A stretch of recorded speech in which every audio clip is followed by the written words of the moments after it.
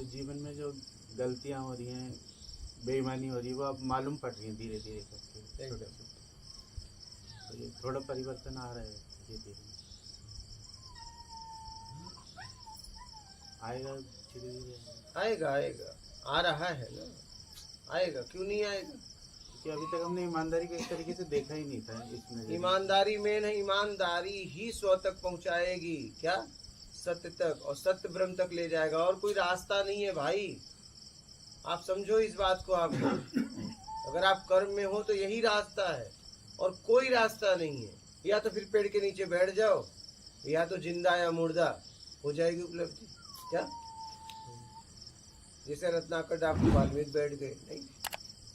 अगर कर्म करते हुए जाना चाहते तो ईमानदारी अपना ही लो, वो भी पूरी, हाँ, परसेंटेज में नहीं, कम ज्यादा में नहीं। या तो आप ईमानदार हो या बेईमान हो, या बेईमान ईमानदार, परसेंटेज में नहीं। मैं 70 ईमानदार हूँ, 30 बेईमान हूँ, ऐसा कुछ भी नहीं।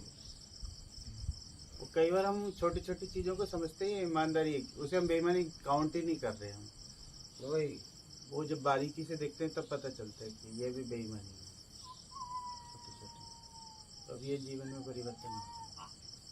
अब क्लास में जाके पढ़ा नहीं रहे हो, और कहो बस आप याद करो, और आप कहीं अपने खो गए, तो ये भी बेईमानी है। अपना कोई काम करने लग गए वो। हाँ वही, ये भी बेईमानी है। पता चला व्हाट्सएप ही चलाने लगे। आजकल तो सिस्टम है, और कहा बच्चों याद करो, और बच्चे तो बच्चे, हाँ, अच्छा हुआ आज कुछ पढ़ा नहीं रहे हैं। बच्चे तो आप कहीं और पढ़ रहे हो, वो कहीं और पढ़ रहे हैं, हाँ।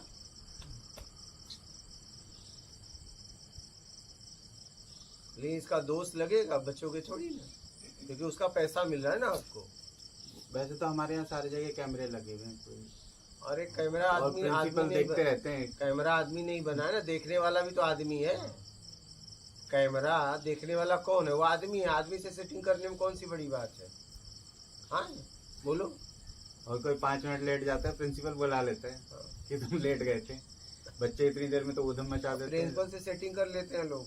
नहीं, प्रिंसिपल को तो व्यवस्था बना के रखनी है, क्योंकि इतनी देर में तो बच्चे मारपीट कर जाते हैं जब वही टीचर अगर लेट आए तो। बच्चे बहुत शरारती होते हैं। अगर सारे टीचर लेट जाने लग जाए ना, तो इतनी देर में तो कोई किसी इंसान खरीदे जाते हैं, बेईमान खरीदे जाते हैं मिट्टी के सही, लेकिन इससे भगवान खरीदे जाते हैं। पागल हो गए लोग पैसे के चक्कर में। क्या पैसे के लिए कुछ भी करने को तैयार है। तो आप ईमानदारी से शिक्षा दे रहे हैं, कर सकते हैं। कोशिश पूरा कर रहा हूँ। अरे लाख रुपए पगार पाके कोशिश कर रहे हो? नहीं, जैसे पहले जो हम अपना काम कोई करने लग जाते थे, अब तो अरेंजमेंट पीरियड में भी जाके बच्चों को कुछ नहीं पढ़ाना तो मोरल एजुकेशन ही देनी। अच्छी बात है, ईमानदारी की बात है। भाई मैं आपको बताता हूँ कि जब तक आप वहाँ पे हो पढ़ाने में, तब तक आपको घर से तो एकदम बात नहीं करना चाहिए, क्योंकि आप पेमेंट ले रहे हो। हाँ जी, पेमेंट ले रहे हो। जब तक आप सुबह से लेके शाम तक हो, घर से तो बात नहीं करना चाहिए। बस इमरजेंसी 2 ही होती है, या आईसीयू में या कोई मर गया, क्या निकल लिया। और अगर इसके अलावा आप बात कर रहे हो तो इसका मतलब आपको बहुत दंड मिलने वाला है, क्योंकि आप साधारण कुर्सी पे नहीं बैठे हो। अगर ऐसा कर रहे हो तो, और ऐसा करते हो तो बंद कर देना, घर पे बोल देना कि इतने समय से इतने समय बात नहीं होगी, और करना है तो नौकरी छोड़ रहा हूँ, लो हमें बात ही करते हैं। नहीं, आप पेमेंट ले रहे हो। हाँ जी, हाँ जी। आप पेमेंट ले रहे हो। क्लास के टाइम में हम बात नहीं करते थे। नहीं, क्लास नहीं, मैं वही बता रहा हूँ। क्लास के बाद भी बात किए, और दूसरा पीरियड आपको क्लास लेना, और आप पता चला घर का फोन आ गया टेंशन में, दूसरा क्लास पढ़ा ही नहीं पाओगे आप। क्या बात कर रहे हो? पढ़ा ही नहीं सकते। कोई मैसेज आ गया कि घर में झगड़ा हो गया, आप पढ़ा सकते हो दूसरा क्लास? नहीं पढ़ा पाओगे।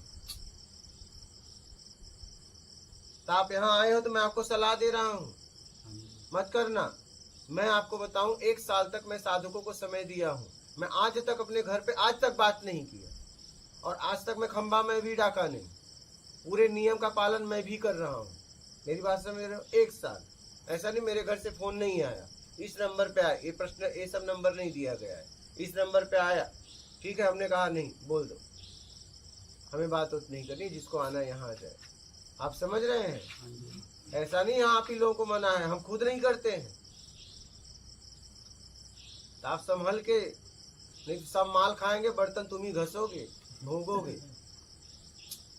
आप अपने घर पे बोल दीजिए, सीधी सी बात है कि जब से हम स्कूल जा रहे हैं और शाम तक, जब हम छूटेंगे तब कॉल करेंगे, नहीं तो हम बात नहीं करेंगे। दो ही स्थिति में फोन करना, या तो कोई निकल लिया या तो कोई आईसीयू में गया, और बात नहीं कर, मैसेज मत करना। आप मेरी बात समझ पा रहे हो? हाँ जी, समझ। और इसकी स्कूल का कोई नंबर इसके लिए होगा क्या? नहीं तो हर समय व्हाट्सएप चेक ही करोगे। स्कूल का एक नंबर तो होगा ना, उस स्कूल के नंबर पे बोलो कॉल करना, मेरे नंबर पे नहीं। और मैं तो कहूँगा उतना देर तक स्विच ऑफ रखो मोबाइल, और बोल दो कि अगर इमरजेंसी हो तो आप फोन कर दें। बात समझ पा रहे हो? हाँ जी, समझ। ऐसा करो आप, नहीं बाद में बहुत पछताओगे। ये पद, ये नौकरी सब चली जाएगी, कई बाद में बहुत पछताओगे।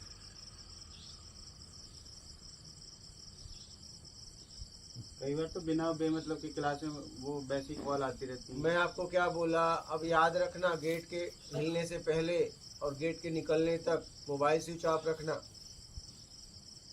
अगर निकलना है तो। नहीं तो एक एक का हिसाब भरना पड़ेगा। ये कर्म भूमि है, यहाँ से भाग नहीं सकते। और आप कोई साधारण कुर्सी पे नहीं हो। माता पिता, शिक्षक, डॉक्टर और गुरु, ये कोई साधारण कुर्सी नहीं है। ये साधारण पद नहीं है समाज का। ये इनसे पूरा समाज सीखता है। तो आप ये अपना लेना बिल्कुल। और घर बोल देना। और कहना नहीं बात करना है तो फिर भैया हम नौकरी छोड़ते हैं, अब तुम्हारे पास ही बैठेंगे। हाँ, पल्लू में मुझे बांधो और हम कहीं नहीं जाएंगे। क्यों जाएं? क्या जरूरत है? अरे हम जिसका पगार ले रहे हैं उसके काम को पूरा करो, जिससे मेरा घर चल रहा है, संसार चल रहा है। हम वो भी काम नहीं कर रहे ईमानदारी से। ये बेईमानी नहीं लगती है आपको क्या? ये भी बेईमानी है। फिर बच्चों का टाइम जो है, आप 1 लाख रुपया पगार ले रहे हो, गवर्नमेंट आपको दे रही इतने घंटे का, और उतने घंटे आप अपने परिवार से कब मार रहे हो? उसका हिसाब किताब बहुत आपको तगड़ा भरना पड़ेगा। आप समझिएगा, ये प्रकृति का खेल निराला है, कोई बचा नहीं आज तक। राम ने घोड़ा छोड़ा, बेटे ने पकड़ लिया, बोला खबरदार आगे नहीं जाने देंगे। बात समझ पा रहे हो? वो भी नहीं बचे। साधारण लोग करें और राम के सारे बचा लेंगे। साधारण पिता ने, श्रवण के पिता ने श्राप दिया कि जाओ पुत्र वियोग में मैं जैसे तड़प के मर रहा हूं वैसे तुम भी मरोगे। मरे नहीं। यहाँ कोई किसी को बचा नहीं सकता। दुनिया में कोई भी, चाहे संप्रदाय हो, मजहब हो, धर्म हो, बस एक ही आदमी बचा सकता है, आप, या तो करके या भोग कर, और बस। समझ रहे हो? हाँ, या भोग कर या तो ईमानदारी कर। मतलब मत करो बेईमानी, तभी बच पाओगे। मेन ईमानदारी है।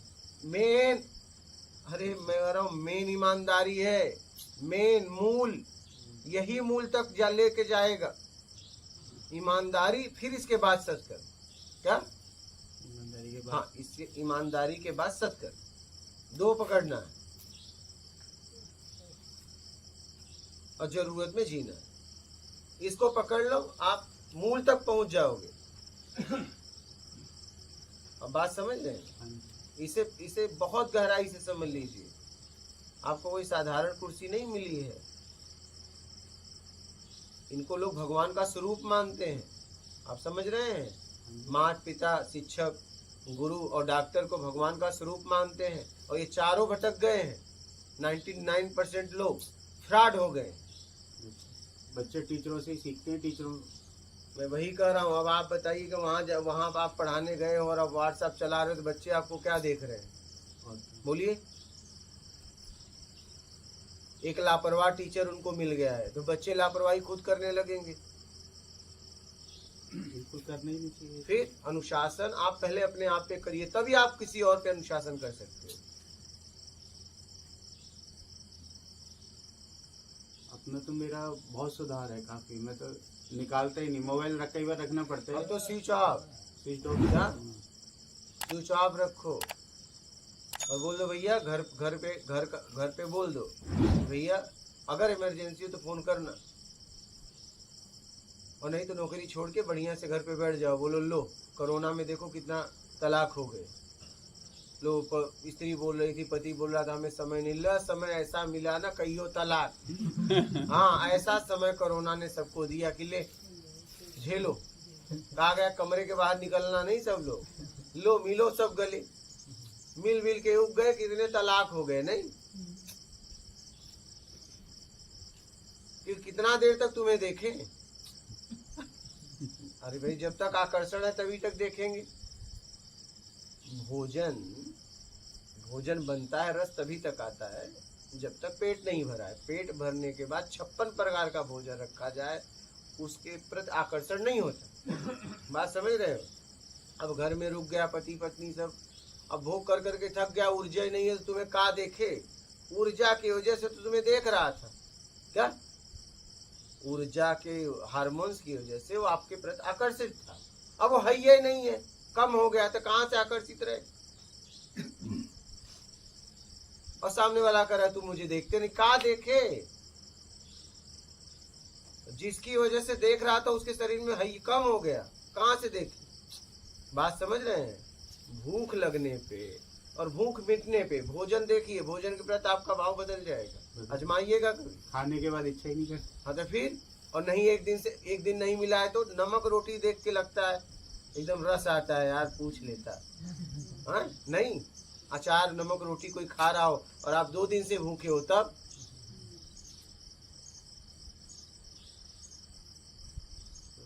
समझ रहे हैं? ऐसा समय दिया ना कि कोई किसी को देख ही नहीं रहा है, सबका मिला जुला के बहुत लोगों का भ्रम टूट गया।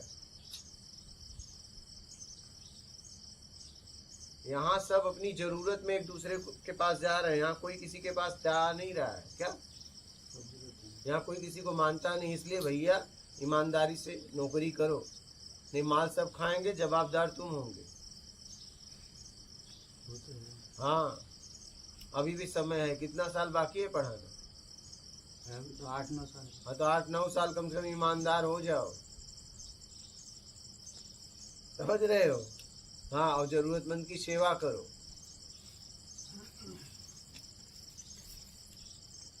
बोलो। एक गुरु जी ये पूछना था, जैसे आत्मा कहते हैं तो सबकी आत्मा अलग अलग है या आत्मा एक ही है? एक ही जैसी है तो अलग अलग अलग है। हाँ तभी तो सबका तरीका अलग अलग है। अगर एक ही होती तो सबका तरीका भी एक ही होता। मतलब सबकी आत्मा अलग अलग है। सबका अलग अलग। कई कहते हैं कि नहीं आत्मा एक ही, जैसे परमात्मा हर घड़े में नजर आता है। वो सब उदाहरण का कोई मतलब नहीं जीवन में। आत्मा सब एक है, सबको मतलब अपने आप को जानना वही है आत्मबोध। सुनो मेरी बात ध्यान से समझना। वो तो दिखा दिया, लेकिन उस घड़े का सूर्य, उस घड़े का चांद न ठंडक दे सकता है न उजाला दे सकता है। क्या गर्मी नहीं दे सकता? और हम लोगों के पास फीलिंग वगैरह सब है। आप मेरी बात समझ पा रहे हो? ये उदाहरण बैठता नहीं, बहुत लोग देते हैं। क्या उस घड़े का सूर्य की तरफ देखोगे तो क्या होगा? तो उतना वो देगा क्या? परछाई है वो तो। हाँ हाँ शीशे में देखोगे तो चमक आती है। क्या शीशे में देखते हो तो चमक आती है। ये उदाहरण बैठता नहीं। आप लोग भले बैठे, हमें नहीं बैठता। क्या हमें नहीं बैठता? तो चेतना और आत्मा एक ही है।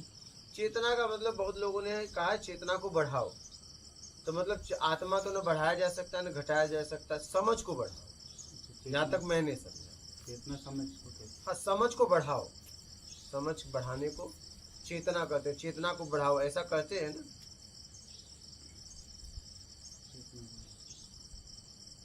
और परमात्मा और आत्मा में क्या डिफरेंस होता है? बस बाप बेटे में क्या डिफरेंस है? मतलब परमात्मा से ही सारी आत्माएं हैं। तो वही तो मैं कह रहा हूँ, बाप बेटे में क्या है? हाँ? अब बेटा अनेक बच्चों को पैदा कर देगा, अपने बाप को कभी पैदा नहीं कर सकता। कर सकता है? तो पहले तो हम अपने आप में स्व में स्थिर हो, फिर जहाँ से हम आए उससे मिले, पता चला कि वो भी कहीं से निकला हुआ है। आप समझ पा रहे हैं? तो फिर ये द्वैत नहीं हो गए सर? पहले क्या? अपने आप को जाना आत्मा, हाँ, फिर परमात्मा, आत्मा परमात्मा। द्वैत क्या है पहले उसको समझो। द्वैत का मतलब जहाँ राग द्वेष हो वही द्वैत है। अपने तरीके से चाहिए तो द्वैत है। जरूरत में जी रहे हो तब भी द्वैत नहीं है। द्वैत कब आता है? जब दो में तीसरा पैदा होता है। अपने तरीके से चाहिए तो द्वैत है, और जरूरत में भी जी रहे हो तो अद्वैत में जी रहे हो। पता है आपको? जरूरत में जी रहे हो तो अद्वैत में हो, आप अपने आप में हो। जरूरत की पूर्ति हुई, स्व में स्थिर हो गए। द्वैत अद्वैत क्या है? अपने तरीके से चाहिए तो द्वैत है, और अपने तरीके से चाहिए से मुक्त हो गए तो अद्वैत है। बस इतनी सी बात है। अद्वैत का मतलब ये नहीं कि एक ही है, नहीं। एक होता तो घर्षण कैसे होता? क्यों नहीं समझ पा रहे हो आप लोग बात? इतनी लड़ाइयां क्यों होती? इतने झगड़े क्यों होते? बोलिए। एक कभी टकराव हो सकता है, दो होगा तो तीसरा पैदा होगा। बोलो। तो भैया अच्छा, दो से भी झगड़ा नहीं है, दो से भी झगड़ा नहीं है। दो से तो जब वो कुछ चाहिए अपने तरीके से, तीसरा आने के बाद झगड़ा हो जाए। दो भी लड़ नहीं सकते क्या? दोनों को एक दूसरे से कुछ नहीं चाहिए, क्या आप लड़ सकते हो? बताइए मुझे। जब चाहिए तभी लड़ाई शुरुआत होती है क्या? तो अद्वैत का मतलब आप ये मत समझिए एक ही, नहीं। अगर एक ही होता तो कौन, अच्छा कौन भटकता बताओ, और कौन किसको भटकाता है? जवाब किसी के पास? बोलिए। अगर एक ही होता तो कौन भटकता, कौन किसको भटकाता बताओ? और कौन किस में फंसता? भ्रम कहाँ से पैदा होता? कहिए। जब एक ही होता, कौन किसको भटकाता, किसको भ्रम होता? भ्रम कहाँ से पैदा होता? बोलिए। वो कहते हैं एक से ही सारे हो गए। एक से हो गए। जैसे आप एक हो, आपके बच्चे कितने? दो बच्चे। हाँ तो बस हुए ना दो।